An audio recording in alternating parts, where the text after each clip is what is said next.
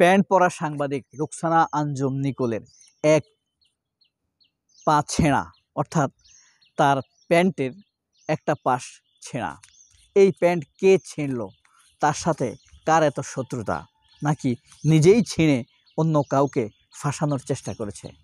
বলছি শুধু রুকসানা আঞ্জুম নিকোল নয়, রুকসানা আঞ্জুম নিকোল গোপালগঞ্জ নিয়ে তারা সংবাদ মজমা বসায় যমুনা টিভিতে।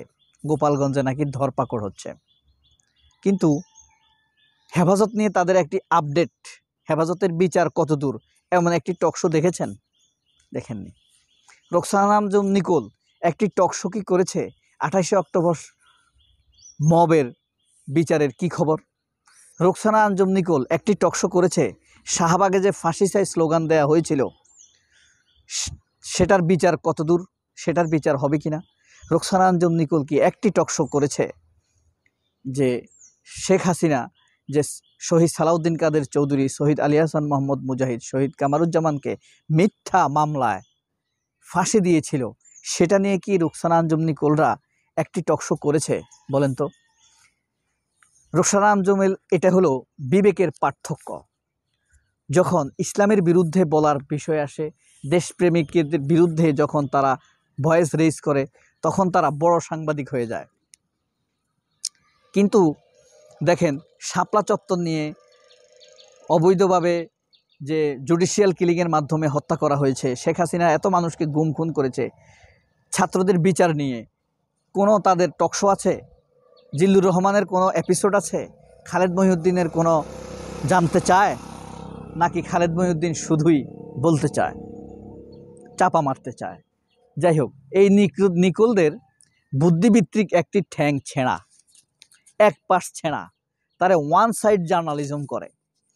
যখন বিএনপির একটি দোষ দেখে, তার সেটাকে খুব বড় করে দেখে। তারা হাওয়া ভবনকে আয়নাঘরের সাথে মিলায়। নিকোল প্রশ্ন করছে না, কত বেয়াদব! হাওয়া ভবনকে কি আয়নাঘরের সাথে মিলানো যায়? এরপরে তারা কুমিরের চামড়া দিয়ে আওয়ামী লীগের কোন নেতা নাকি জুতা বানিয়েছে। তারা আগেই বিএনপির নেত্রী কাকে জানি নেতাকে জিজ্ঞেস করেছে, কুমিরের চামড়া দিয়ে আপনারা জুতা বানাবেন কিনা?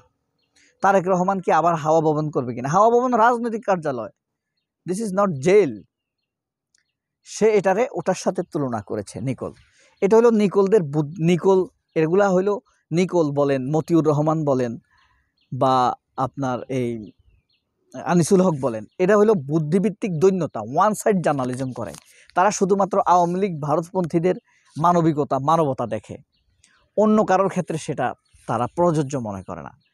এই কারণে তাদের ওই যে বললাম, এক প্যান্ট ছেঁড়া, তাদের বিবেকের এক পাশ ছেঁড়া, এক পাশ তাদের অস্থির।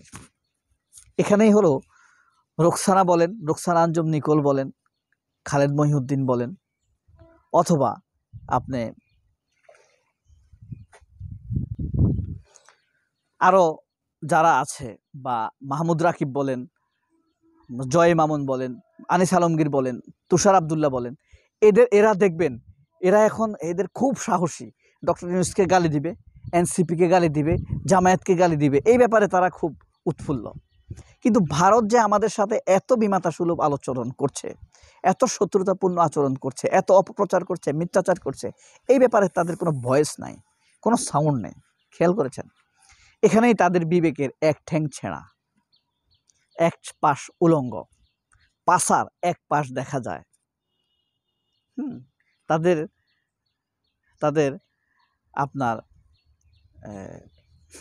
লিঙ্গান্তরের রূপান্তর ঘটে।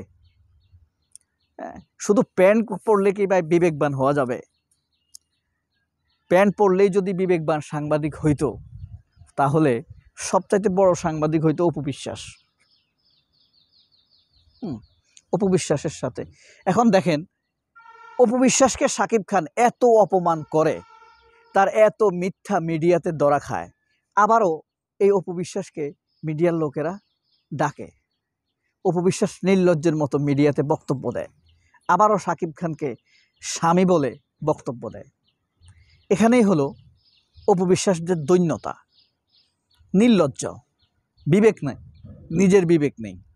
ঠিক একইভাবে রুকসানা আঞ্জুম নিকোল, খালেদ মহিউদ্দিন বলেন, জিল্লুর রহমান বলেন, তাদের বিবেকটা অপবিশ্বাসের সাথে সমতুল্য, লজ্জাহীন। তাকে যে মানুষ জাস্টিফাই করার পজিশনে এসে গেছে, এদের এই নিজের চিন্তাটা বা মানুষের যে চিন্তা চেতনা, ব্রেন জাগ্রত হয়েছে, তাদের মধ্যে সেই চেতনা নেই, লক্ষ্য করা যাচ্ছে না। তাহলে অপবিশ্বাসদের সাথেই তো তাদেরটা তুলনীয়। অথবা ডাক্তার মুরাদ, অপবিশ্বাস, রোকসানা আঞ্জুম, নিকোল, এদের চরিত্র, বিবেক কোনো পার্থক্য আছে? কোনো পার্থক্য নেই। আপনি দেখবেন কোনো পার্থক্য নেই। এখন আপনি মুরাদকে এনে দেন, রোকসানা আঞ্জুম, নিকোল ঠিকই তার অতিথি বানাবে। শাহেদকে অতিথি বানাইছে না টাকা? করোনা শাহেদের কথা মনে আছে, যে নকল কোভিড সার্টিফিকেট তৈরি করত, তারপর মানুষকে পাসপোর্ট দেওয়া হতো, বিদেশে নিয়ে যাওয়া হতো। সেই জিনিসটাকে মডিফাই করে তারা এখন আবার প্রচার করতো একজন মহান মানুষ বলে, অথচ তাদের প্রতারণা, নির্লিপ্ততা, এ সেট অফ পটেনশিয়াল এগ্রিমেন্ট, এই জিনিস থেকেই তারা তাদের বিবেকের শূন্যতা আমাদের কাছে ধরা খায়, প্রচার করে, প্রকাশ করে। আর আমরা বিমূর্ত বোকার মতো চেয়ে দেখি, তারা আসলে আমাদেরকে বোকাই ভাবে। ওই যে ফাহামের ফাতরামি দেখলাম না, সালমান এফ রহমানের কামলা খালেদ মহিউদ্দিনের শোতে, মনে আছে নিশ্চয়ই। তারেক রহমানের আয় জানার কোনো অধিকার নেই, এটা অত্যন্ত গোপন ও ব্যক্তিগত বিষয়। কিন্তু হান্নান মাসুদের গোপন আয় আপনাকে জানতে হবে, সেটা খুব খুশি। আবার বলে, আপনি যদি না চান তাহলে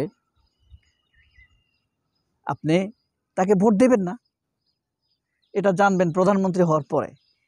ইজ ইট ক্রাইম? এত তুচ্ছ করতে পারে জনগণকে? জনগণ ভোট না দিলেও মনে হয় যেন সে প্রধানমন্ত্রী হয়ে যাবে। ফাহাম আব্দুল সালাম যে জনগণকে এটাই ফাতরামি, এটাই বিএনপিকে ন্যাংটা করে দিবে। তো যাই হোক, বিএনপি কখন ন্যাংটা হবে সেটা আর একটু পরে। কিন্তু রোকসানা আঞ্জুম যে ন্যাংটা হয়ে গিয়েছে এক পাশ, কল্পনা করেন তো, রোকসানা আঞ্জুমের নিকোলের ফাঁসার এক পাশে এই কাপড় নাই, একটা ভেবে দেখেছেন? এবার কল্পনা করেন তার ব্রেইনের অর্ধেক নাই, যে অর্ধেক দিয়ে আওয়ামী লীগের দোষ ত্রুটি ধরত, আওয়ামী লীগের দোষ ত্রুটি প্রচার করত, সেই অর্ধেক তার নেই। এখানেই রোকসানা আঞ্জুমের রোকসানা আঞ্জুম প্যান্টলেস জার্নালিস্ট,